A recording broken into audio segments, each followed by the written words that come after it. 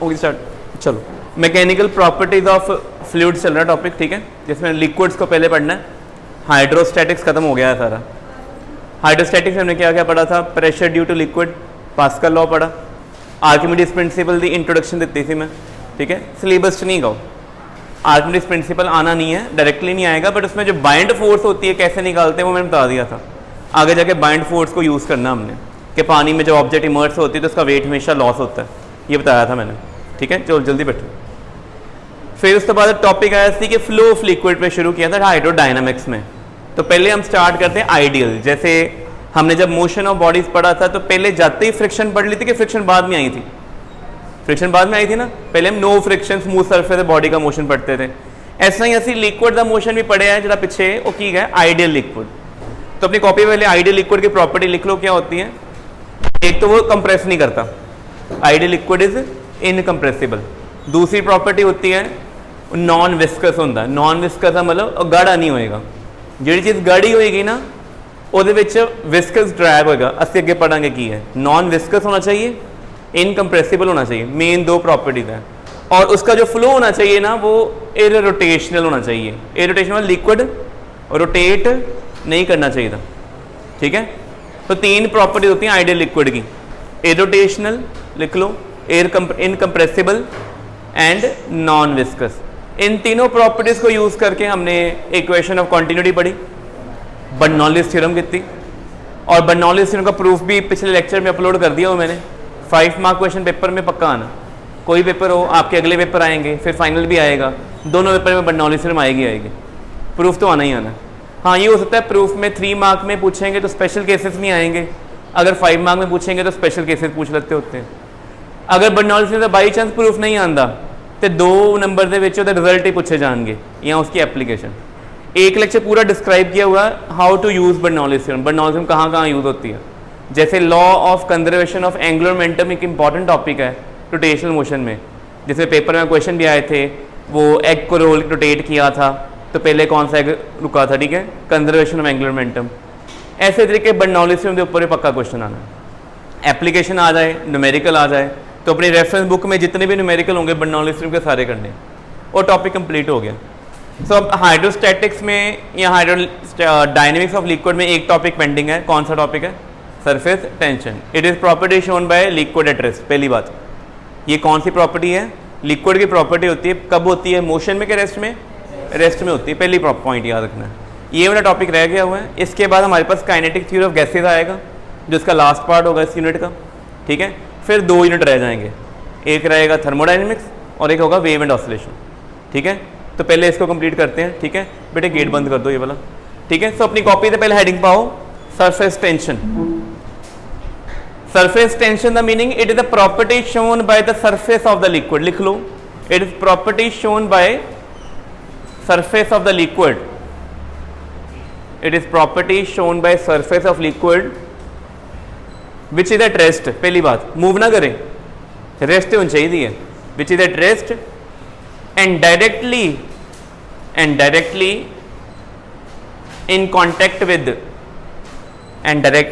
in contact with atmosphere, बाहर atmosphere से direct contact में हो, या with the walls of the container, with the walls of container. समझ लगी? पहला लिक्विड की ਉਹ वाली प्रॉपर्टी है ਜਿਹੜੀ कित्थे मिलती सानू, वही सरफेस से। सरफेस किसके साथ कॉन्टैक्ट में होती है? एटमोसफेयर से, ठीक है। ऐसे ही होता है ना, पानी की टॉप सरफेस है, ऊपर कौन है? एयर। बट पानी की सरफेस एक कॉन्टैक्ट किहदे विच हैगी है? कंटेनर दी वॉल्स दे नाल, ठीक है। सो जो जो सरफेस कंटेनर की वॉल के साथ कॉन्टैक्ट में है या ओपन एयर के साथ कॉन्टैक्ट में है, ठीक है, एक्सपोज्ड है, उसकी प्रॉपर्टी कौन सी है? Surface tension. ऐसा बड़ा एक इंपॉर्टेंट कंक्लूजन है कि मरकरी नूं अगर असीं ग्लास दे विच पाईए तो मरकरी सुट दईए, ग्लास अंदरों वैट हुंदा मरकरी दे नाल कि नहीं हुंदा? मरकरी ग्लास में वेट नहीं करती, बट दुध दे सुट दिए ग्लास, दुध लगा रह जाएगा कि नहीं लगा रहेगा? ऑयल पा दो, हनी पा दो, क्या हनी पूरी तरह निकलता है? नहीं ना। पानी भी कंप्लीटली ड्रेन नहीं है, कुछ पानी की ड्रॉप्स चिपके रह जाएंगी ना। तो इसका मीनिंग कुछ लिक्विड स्टिक करते हैं, कुछ लिक्विड स्टिक, कोई लिक्विड स्टिक करेगा किसी फॉरेन ऑब्जेक्ट नू कि नहीं करेगा, कितों पता चलेगा? ਤੁਸੀਂ ਦੇਖਿਆ ਹੋਣਾ ਕਿ ਸਰਦੀਆਂ ਦੇ ਵਿੱਚ ਰਾਤੀ ਜੋ ਸੈਟਰਡੇ ਨੂੰ ਜਾਂ ਸਾਡੇ ਘਰ ਕੋਈ ਗੈਸਟ ਆਉਂਦਾ ਤੇ ਜਿਹੜੀ ਕਿਚਨ ਦੀ ਸਾਰੀ ਅਸੀਂ ਕਰੋਕਰੀ ਯੂਜ਼ ਕਰ ਲੈਂਦੇ ਹਾਂ ਤੇ ਰਾਤੀ ਜੇ ਅਸੀਂ ਵਾਸ਼ ਨਾ ਕਰੀਏ ਉਹਨਾਂ ਨੂੰ ਤੇ अर्ਲੀ ਮਾਰਨਿੰਗ ਸਭ ਤੋਂ ਪਹਿਲਾਂ ਕੀ ਕਰਨਾ ਪੈਂਦਾ ਉਹ ਭਾਂਡਿਆਂ ਨੂੰ ਧੋਣ ਵਾਸਤੇ ਪਹਿਲਾਂ ਕਰਨਾ ਪੈਂਦਾ ਗਰਮ ਪਾਣੀ ਪਤਾ ਸਾਰਿਆਂ ਨੂੰ ਇਸ ਚੀਜ਼ ਦਾ सारे ने किया ही होना गर्म पानी यूज़ करना पैदा ठंडे पानी के नाल वो क्लीन ही नहीं होंगे साडा मेन पर्पस की है पानी का कॉन्टैक्ट ऑयल के नाल बनाना ताइयों निकलेगा ना बट क्या पानी और ऑयल मिक्स होते हैं तो हमें पानी का सरफेस टेंशन क्या करना पड़ता है एडजस्ट करना पड़ना है ताकि वो ऑयल के साथ क्या करे स्टिक होए तो उन्होंने मेरे हाथों से बहुत मैल है मैं पानी धोवांगा ना मैल निकलेगी सोप लगावांगे तो देखना कई बार असीं बड़ा आउटडोर एक्टिविटी करके आने हैं ना तो पानी ना हाथ धोइए मिट्टी नहीं निकलती पर सोप ना करिए तो देखो सोप की झग होंगी वो ब्लैक हो जाती है सोप ने ऐसा की काम किया जो पानी नहीं कर सकिया पानी डर्ट के नाल ऑयल के नाल स्टेन के नाल डायरेक्टली इंटरेक्ट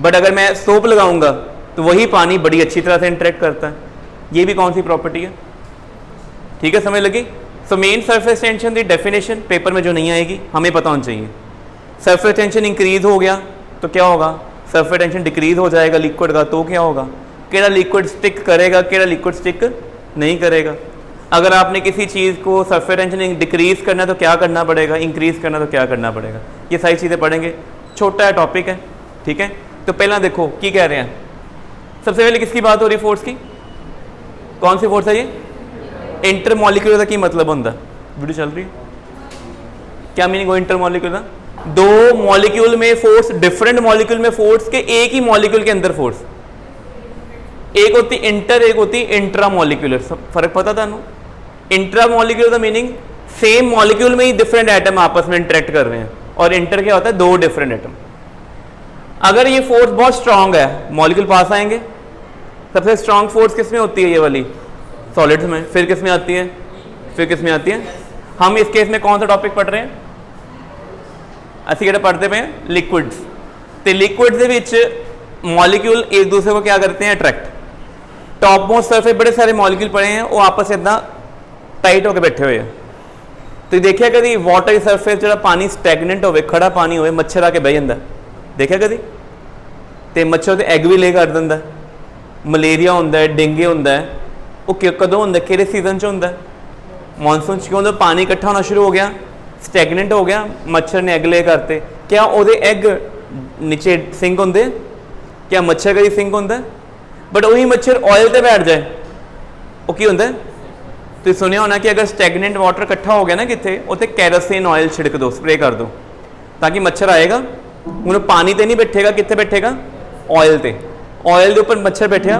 वो सिंक कर गया पर पानी में सिंक नहीं गया था ऐसा क्यों intermolecular forces top most surface के मॉलिक्यूल में आपस में क्या फोर्सेस हैं इंटरमॉलिक्यूलर अगर मैं इंटरमॉलिक्यूलर फोर्स के ऊपर कोई ऑब्जेक्ट रखता और ऑब्जेक्ट का वेट इस फोर्स से क्या हो ज़्यादा तो एक ही हो जाएगी टूट जाएगी बट अगर फोर्स स्ट्रांग हो तो बॉडी टूट जाएगी मर्ज करेगी तो ये वाली फोर्स बड़ी इंपॉर्टेंट है इंटरमॉलिक्यूलर लग गया पता पहले आगे बताओ कौन सी फोर्स लिखी हुई है पढ़ो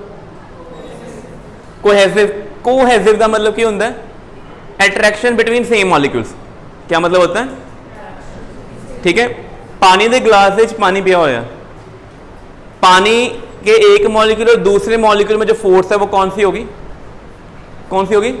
कोहेसिव और पानी के एक मॉलिक्यूल और कंटेनर की सरफेस जी फोर्स ऑफ अट्रैक्शन होगी केड़ी होगी वो कौन सी होगी आपने कभी फेविकोल के नीचे पढ़ा हुआ क्या लिखा होता है स्ट्रॉन्ग है तो सिर्फ फेविकोल का मेन पर्पस क्या होता है सेम चीज़ों को ज्वाइन करना है कि डिफरेंट को एक ऐसे पेपर है एक है पेपर है दोनों डिफरेंट है ना ऐसे करें ज्वाइन होते हैं ऐसे करते हो बस ज्वाइन हो गए बट अगर मैं फेविकोल लावा तो ज्वाइन हो के चंगी तरह कि ऐसे करना तो फेविकोल क्या काम करता है तो दो डिफरेंट ऑब्जेक्ट्स को जो कॉन्टेक्ट में लेके आएगा उसको कौन सी फोर्स करेंगे ऐसे ठीक है पहली गल अच्छा मेरे को बताओ मरकरी का सैंपल है और पानी ऑयल मेरे को हनी का सैंपल है मरकरी और दूसरा कौन है हनी कंटेनर में दोनों डिप किए हुए हैं कंटेनर दोनों स्पिल कर दिए मरकरी पूरी तरह बाहर चलेगी कंटेनर अंदरों की क्या ड्राई इसका मीनिंग मरकरी के अपने मॉलिक्यूल में स्ट्रॉन्ग अट्रैक्शन थी कि मरकरी की कंटेनर के साथ स्ट्रॉन्ग अट्रैक्शन थी इसका मीनिंग मरकरी केस में कोहेसिव स्ट्रॉन्ग है एडहेसिव क्या है बट कंटेनर जो हनी सी ਉਹਨੂੰ स्पिल किया, काफ़ी हनी बाहर आ गया, बट पिछे कितना हनी हले भी चिपकिया होया। उसमें एडहेसिव फोर्स क्या है, स्ट्रॉन्ग है, कोहेसिव क्या है, पहला पॉइंट क्लियर होया। रिवर फ्लो कर दी देखी किसी ने, बैंक्स पे रिवर की स्पीड कम होती है कि ज़्यादा होती है, बैंक से। अगर असं हरिद्वार चाहिए ना, बिल्कुल बैंक से खड़ी हो, पानी इदा हौली हौली जा रहा है, लगेगा रुकिया ही होया, बट थोड़ा दूर देखो पानी बड़ी तेज़ी ना निकल रहा होता। समझ लगी पहले ये चीज़। इसका मीन बैंक्स पे स्पीड क्या है, कम है, और सेंटर ऑफ रिवर पे स्पीड बहुत ज़्यादा है। तो आप मेरे को बताओगे इन दोनों फोर्सेस की टर्म्स में एक्सप्लेन करोगे ऐसा क्यों होता है। पानी बैंक्स पे स्लो है, सेंटर ऑफ द रिवर पे बहुत फास्ट है। सेंटर बैंक्स के पास, बैंक मिट्टी का बने, उतों आया पानी, पानी तो मिट्टी च फोर्स केड़ी होएगी, वो स्ट्रॉन्ग है। सेंटर ऑफ रिवर में पानी के मॉलिक्यूल ही है, उत्ते केड़ी फोर्स है, बताओ फिर कौन सी फोर्स स्ट्रॉन्ग हुई। बैंक पानी के केस में पानी ग्लास पाइए, स्पिल कर दिए, कुछ पानी पीछे चिपके रह जाता है। मीन्स वाटर में एडहेसिव स्ट्रॉन्ग होती है, कोहेसिव की होती है। और पानी रिप्लेस करके ऑयल पा दो, एडहेसिव हो स्ट्रॉन्ग होगी कि वीक हो गई। पानी का तब मोस्टली निकल गया थी, कुछ पानी पीछे रह गया थी, बट ऑयल कंप्लीटली नहीं निकलता, चिपकिया रह जाता। मैं अपने हाथों से साबन मान लिया, मैं धोते ही नहीं, वॉश नहीं किया, और मैंने फील होएगा कि साबन लगा कि नहीं, फील होएगा ना फील। और सोप निकल ही नहीं रहा, बट पानी के हथ पा के इदा कर लो, 5-7 मिनट बाद पानी की होता सब ड्राई हो जाता, बट ऑयल होएगा। एज मीनिंग एडहेसिव फोर्स किस में स्ट्रॉन्गर है, ऑयल के केस में कि पानी के केस में। समझ लगे पहला। साढ़े घर दी जी किचन की पाइप होंगी है, हर किसी के घर कभी ना कभी ब्लॉक हुई होएगी, कोई बताएगा वो ब्लॉक क्यों हो जाती है। किचन के वेस्ट सिर्फ ऑयल ही जाता है ना, या पानी असी भांडे वगैरह धोने, लिक्विड ही जा रहा है ना, वो ब्लॉक क्यों हो जाती पाइप, किचन वाली पाइप स्पेशली, पता किचन के वेस्ट केड़ा निकल रहा है, ऑयल। क्योंकि जो सब्जी सुब्जी बची, वैसे तो असी बचती नहीं, असी खा लें, वेस्ट करते नहीं, सिंक च कोई सुट्टते सब्जी असी नहीं, सब्जी रोटी सब खाती, जैसे नहीं खावे बाहर डॉग्स या पंछियों पा देंगे, इदा ही करते हैं ना। ऑयल निकल रहा है, ड्रेन हो रहा है, ऑयल पाइप में जा रहा है। ऑयल में एडहेसिव फोर्स स्ट्रॉन्ग है कि कोहेसिव स्ट्रॉन्ग है, तो ऑयल पाइप के नाल चिपकना शुरू कर देगा। पहला पाइप का बोर इन्ना है, ऑयल चिपकना शुरू हो गया, इतने जमना शुरू हो जाएगा, हौली हौली बोर की हो जाएगा वह छोटा, एक टाइम अगर क्लॉग हो जाएगा। Same thing happen with our heart arteries, जिन्होंने हार्ट की प्रॉब्लम होंगी है, ऑयल ज़्यादा कंज्यूम किया, जिन्हें रिक्वायर्ड से उससे ज़्यादा कंज्यूम कर लिया, आर्टरी में ब्लॉकेज होनी शुरू हो गई, वो भी क्यों हुई, स्ट्रॉन्ग है जैसे। समझ लगी पहला चीज़। बुलेट प्रूफ ग्लास कैसे बनते हैं पता आपको, सिंपल ग्लास होएगा ना, प्योर ग्लास, उसमें सिर्फ कौन सी फोर्स होगी, कोहेसिव। बेटे बाद में आना, बाद में। सिंपल ग्लास में कौन सी फोर्स होगी, सिर्फ कोहेसिव। बुलेट प्रूफ में होता है, क्या होता है, एक ग्लास होता है, फिर एक लेयर होती है केमिकल की, फिर दूसरा ग्लास होता है, उनको कर देते हैं सैंडविच। अब बीच में एक डिफरेंट पार्टिकल आ गई लेयर, वो कौन सी फोर्स जनरेट करेगी, सो adhesive generally more than. So bullet proof glass है, फायर करो ना, ग्लास क्रैक आएगा, ग्लास टूट जाएगा, पर बुलेट पास नहीं होएगी। ये चीज़ें क्लियर हुई हैं पहला। तो टॉपिक क्या चल रहा है, हम लिक्विड की बात कर रहे हैं। ग्लास जो होता है आपको पता होना चाहिए, it is pseudo solid. Pseudo का मतलब पता क्या होता है, फेक है, फेक है। जिमें सूडोपोडिया अमीबा के पैर है, सूडो मतलब फेक पैर होते, फॉल्स फीट, असल च पैर नहीं होते, they imitate they it feet, वो मूवमेंट करने से हेल्प करते, they are not its feet. ऐसे तरीके सूडो सॉलिड है glass, it is kind of liquid, super cooled liquid. तो ये प्रॉपर्टीज पहले क्लियर हो गई ये वाली, ठीक है। थ्योरी ज़्यादा है इस टॉपिक के, कुछ न्यूमेरिकल्स भी है। अच्छा आगे एग्जाम्पल दी हुई देखो, adhesive force enable us to write black board. देखो बोर्ड से चौक चिपकी हुई है ना, चौक ते बोर्ड दोनों डिफरेंट ऑब्जेक्ट्स हैं कि सेम है, बड़े चिपक गई, क्यों, स्ट्रॉन्ग है। पेपर तो तुम लिख रहे हो, इंक स्टिक कर रही है पेपर ਨੂੰ, this is which kind of force, adhesive. कई आते ना पेन आते लिखो तो इदा मटे हो मिट जाते हैं, ਇਹਦਾ मीनिंग उन्होंने एडहेसिव फोर्स स्ट्रॉन्ग है कि वीक है, वीक है, ठीक है। Water wet the glass surface due to force of, ये पढ़ लिया हमने। Distance up to which, very important, MCQ आना, कितने डिस्टेंस तक ये फोर्सेज एक्ट करती हैं, वो कितना फॉर्मूला लिखो, 10 एंगस्ट्रॉम। एक एंगस्ट्रॉम होता है साइज ऑफ 1 एटम, मतलब 10 एटम सीक्वेंस रख दो, इन्ना डिस्टेंस होएगा, वो एडहेसिव फोर्स ते कोहेसिव फोर्स अप्लाई होणगियां। इससे ज़्यादा डिस्टेंस करोगे no adhesive no cohesive. So when two objects you are under the consideration, कि आपने उसमें चेक करना है कि एडहेसिव फोर्स है कि नहीं है, कोहेसिव है कि नहीं है, उनमें गैप कितना होना चाहिए, मैक्सिमम टू मैक्सिमम 10 एंगस्ट्रॉम या 1 नैनोमीटर। ये चीज़ क्लियर हो जाएगी, लर्न करनी है। एनु डिस्टेंस बोल देगी है।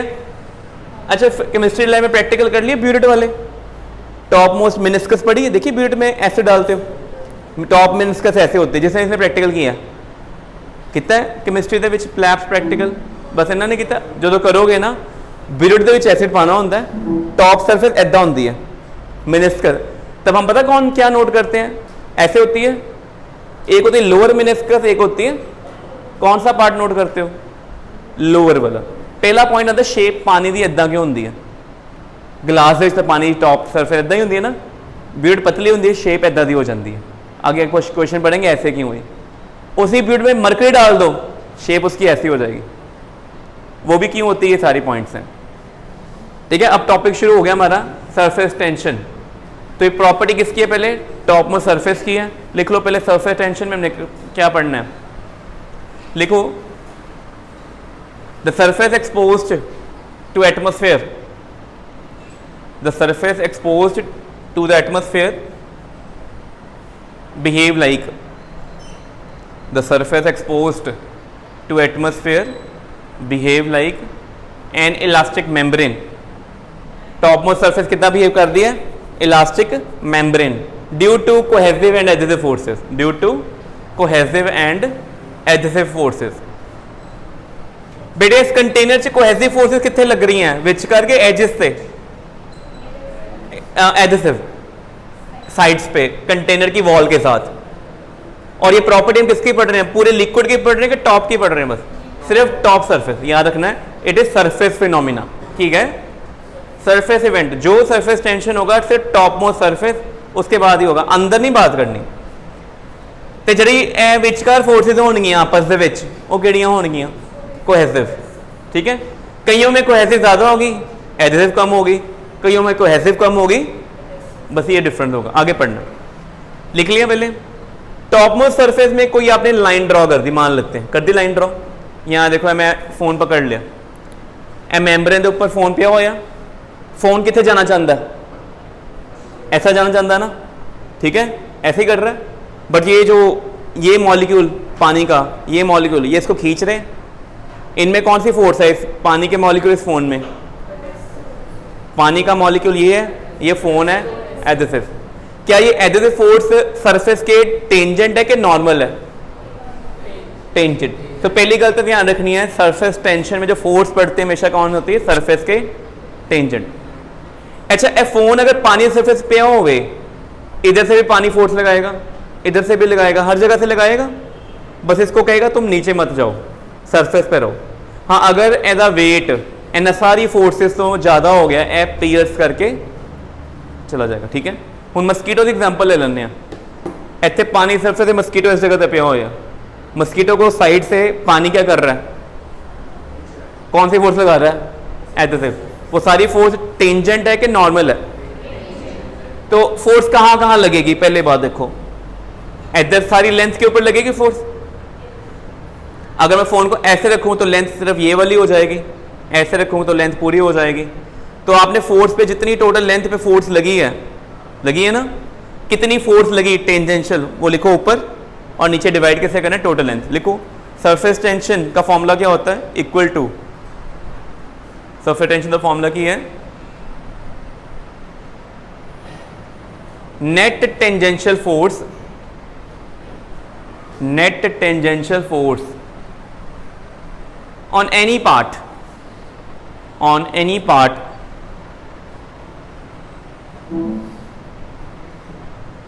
of a body placed on the surface, net tangential force on the any part, जिस पार्ट मर्जी को स्टडी कर लो, नेट फोर्स कितनी लग रही है, डिवाइड कर दो सभी को, टोटल लेंथ या टोटल पेरीमीटर लिख दो। अगर तो देखो वायर होगी, बेटे देखो पेन दिखाओ, ये वायर रखी बस ऐसे, इधर फोर्सेस लगेंगी, इधर भी लगेंगी, तो टोटल लेंथ कितनी होगी, एल के 2L समझ लगी, पहले की होगी, इधर से भी फोर्सेस लग रही है ना, इधर से भी लग रही हैं, थिकनेस इग्नोर कर दो तो लेंथ कितनी लेंगे। और अगर ये आपने ना एक ऐसे रेक्टेंगल रिंग बना दी वायर, तो रेक्टेंगल वायर की टोटल ये लेंथ कितनी होगी, बी एल पेरीमीटर। तो डिवाइड किससे किया, टोटल लेंथ और पेरीमीटर, टोटल लेंथ और perimeter of the object. Simple language force की गल करिए, सरफेस टेंशन का फॉर्मूला किया फोर्स अपॉन लेंथ, पढ़ा हुआ ना ये डायमेंशन एनालिसिस में, फोर्स अपॉन। बट अब हमें पता चला कि ये फोर्स कौन सी है, टेंजेंशियल है, और लेंथ कौन सी है, बॉडी के एक्सपोज्ड पोर्शन की। ठीक है, कोई डाउट इसमें, वेरी गुड। ठीक है, ये चीज़ हो गई सारी क्लियर, फॉर्मूला लिख दिया, डायमेंशन फॉर्मूला आ गया। और ये क्वांटिटी देख लो कौन सी है, स्केलर है, नो डायरेक्शन। ठीक है, because it has no specific direction, हर जगह लग रही है। एग्जाम्पल्स आ जाते हैं। ठीक है, रेन ड्रॉप की शेप कौन सी होती है, इट इज ड्यू टू, अपनी कॉपी पे लिखो, due to surface tension a liquid surface, due to surface tension a liquid surface try to attain minimum surface area, liquid surface try to attain minimum surface area। जो liquid surface होएगी वो की try करेगी कि surface area की होवे घट तो घट होवे। तो तुहानू पता किहड़ी शेप होंदी है जिहदा सरफेस एरिया मिनिमम हुंदा, स्फीयर। लिख लो, such that it will attain spherical shape, such that it will try to attain spherical shape. तो जब भी सरफेस टेंशन की बात होगी, टॉप मोस्ट सरफेस क्या बिहेव करेगी, it try to be flat और curve part of a sphere. So you can see कि बियर्ड में पानी डालो, पानी की सरफेस ऐसे होती है, it is part of a sphere. Mercury डालोगे ऐसे हो जाएगी, again it is part of sphere. पहले एग्जांपल क्लियर हो गई, क्या लिखा हुआ है, tend to acquire minimum surface area. Paper में ना एमसीक्यू है ना, which of the following conditions is true for surface tension, उसमें एक स्टेटमेंट ये लिखी होगी, it try to acquire maximum surface area. Is it correct और incorrect, incorrect. It try to attain minimum. अगली प्रॉपर्टी क्या है, कहते पेंटिंग ब्रश तुम देखे होना, पेंटिंग ब्रश में पानी डिप करो, पानी में डिप करते हैं ना, वो जो ब्रशेज होंगे ना धागे जे, वो फैल जाते हैं, पानी चो बाहर कड्डो वो सारे, एज मीनिंग जब बाहर निकाला, पानी के अंदर जब थे सारे जो धागे धुगे रेशे गए थे, are they in contact of air, पानी के अंदर, जब पानी से बाहर निकाल लिया सारे किसके कॉन्टेक्ट में है, और एयर के कॉन्टेक्ट में जो आउटर लेयर है वो क्या है, एक मेम्ब्रेन बिहेव करेगी, वो क्या अटेन करेगी, मैक्सिमम सरफेस एरिया के मिनिमम सरफेस एरिया, और सारे जुड़ जाएंगे, यही चीज हुई है। ठीक है, ऐ देखो हूं अगे, आयरन नीडल को पानी में हल्का सा ऐसे ड्रॉप करें, क्या होगा, आयरन नीडल सिंक करेगी। हूं की किया उन्होंने, ग्रीस्ड में ऑयल लगाता, greased iron needle place gently, ऐसा सुटना नहीं है, बहुत जेंटली आराम में रखना है। ठीक है, on the surface of water at rest so that it does not prick the surface, prick नहीं हुई। The needle floats on the surface, normal iron the needle को पानी में रखो वो नीचे चल जाती है, बट ग्रीस लगा के रखा तो वो नीचे क्यों नहीं गई। ऐ देखो नीडल लगी है ना, नीचे कौन सी फोर्स लग रही है, और ये फोर्स टेंजेंट है कि नॉर्मल है, ये वाली फोर्स ऐसे जा रही है टेंजेंट, ये भी क्या है, ये दोनों फोर्सेस के कंपोनेंट इधर होंगे और एक ऊपर होंगे। ऊपर वाले कंपोनेंट अगर वेट को बैलेंस कर गए तो बॉडी जाएगी नीचे, अगर नहीं कितने थे। पहला स्टील है अकेला, हूँ स्टील में ऑयल लग गया, ऑयल लगने से क्या होना है, +2, देखो उधर ही फर्स्ट रूम ही होनी। ठीक है, ग्रीस लगने से क्या होता है, needle float on surface of water despite being heavier because the weight of needle is balanced by the vertical component of surface tension. समझ लगे पहले, ये वाली फोर्सेस जो टेंजेंट वाली होती हैं ये सरफेस टेंशन प्रोवाइड करता है। ठीक है, इनको रिजॉल्व करोगे तो हॉरिजॉन्टल कंपोनेंट भी आएंगे, वो कैंसिल कर जाएंगे, और वर्टिकल कंपोनेंट वेट को क्या करेंगे, प्रमोट करेंगे कि पोस्ट करेंगे। तो जे ऊपरले कंपोनेंट तो नीचे वाले की हो गए, इक्वल हो गए, तो बॉडी करेगी, प्रिक नहीं करेगी। This is the application of surface tension. Video चल रही है, ठीक है, क्लियर हो गई चीज पहले वाली। फैक्टर्स बेटे सरफेस टेंशन को कौन से फैक्टर अफेक्ट करते हैं, देखो इधर सरफेस टेंशन प्रॉपर्टी है इंटरमॉलिक्यूलर फोर्सेस, अगर वो इंटरमॉलिक्यूलर सेम मॉलिक्यूल में तो कोहेसिव, डिफरेंट में तो पहली प्रॉपर्टी क्या है, those factor which increases the cohesive force between molecule increases the, समझ लगी पहला ऐसा मतलब की होया कि सरफेस टेंशन किन्ना दे करके होंदा है, कोहेसिव फोर्सेस, अगर कोहेसिव फोर्स बढ़ रही है तो सरफेस टेंशन भी क्या होएगा, अगर कोहेसिव फोर्स तो सरफेस टेंशन क्या हो जाना, कम हो जाना। मरकरी की ड्रॉप को डिफॉर्म करना इजी है कि पानी की ड्रॉप को, मरकरी ड्रॉप स्पिल कर देते, मरकरी की ड्रॉप पता किदां दी होंदी है, वो गोले बन जाते गोब्यूल, ते पानी सरफेस ऐदा पानी सरफेस होंदी है, पानी को ऐसे करो आराम से पानी स्पिल हो जाएगा, मरकरी नू ऐदा फड़ के ना ऐदा करना पैंदा स्क्वीज, तां जाके दो नवे गोले बननगे। ऐसा मतलब की होया कि मरकरी के अंदर कोहेसिव फोर्स स्ट्रांग थी एज कंपेयर टू, तो किसका सरफेस टेंशन ज्यादा हुआ फिर, और पूरी सफेरिकल शेप किसकी आती है, मरकरी की, के पानी के ड्रॉप की ऑन टेबल, मरकरी की पूरी गोल शेप आएगी, तो जितनी ज्यादा कोहेसिव फोर्स होएगी उतना ज्यादा उन्होंने प्रिक करना की है उतना ही डिफिकल्ट। दूसरी प्रॉपर्टी इंप्योरिटीज, हुन एग्जांपल कहते if the impurity is completely soluble mixing it in the liquid it surface tension increases, समझ लगे पहला सरफेस टेंशन की होती है, अगर वो कंप्लीटली डिजॉल्व हो गई तो सरफेस टेंशन की हो जाता है। एग्जांपल कहते लिक्विड इंक्रीज करता है अगर आप उसमें आयनिक सॉल्ट ऐड करते हो, एग्जांपल कि नमक पा दो पानी में के डाल दिया, क्या नमक नजर आता है कहाँ गया, डिजॉल्व हो जाता है, आयनिक है ना NaCl, तो इसके अकॉर्डिंग क्या है कि अगर वो कंप्लीटली डिजॉल्व हो रहा है तो उसने सरफेस टेंशन क्या कर दिया, क्यों पहला टॉप सर्फेस में सिर्फ कौन था, पानी था, पानी का मास कितना होता है H2O का, मोलर मास बताओ H2O का 18, हुन NaCl डिजॉल्व हो गया, कुछ NaCl सरफेस से भी आ गए, कोई बताएगा कि NaCl का मास कितना है, 23 + 35.5 58.5 यही होता है। तो पहले सरफेस में सिर्फ पानी था 18 AMU वाला, अब सरफेस में कौन आ गया, नमक आ गया 58.5, तो ज्यादा स्ट्रॉन्ग फोर्स कौन लगाएगा, नमक वाले मॉलिक्यूल के पानी वाले मॉलिक्यूल, नमक वाले ज्यादा स्ट्रॉन्ग लगाएंगे, सरफेस टेंशन की हो गया।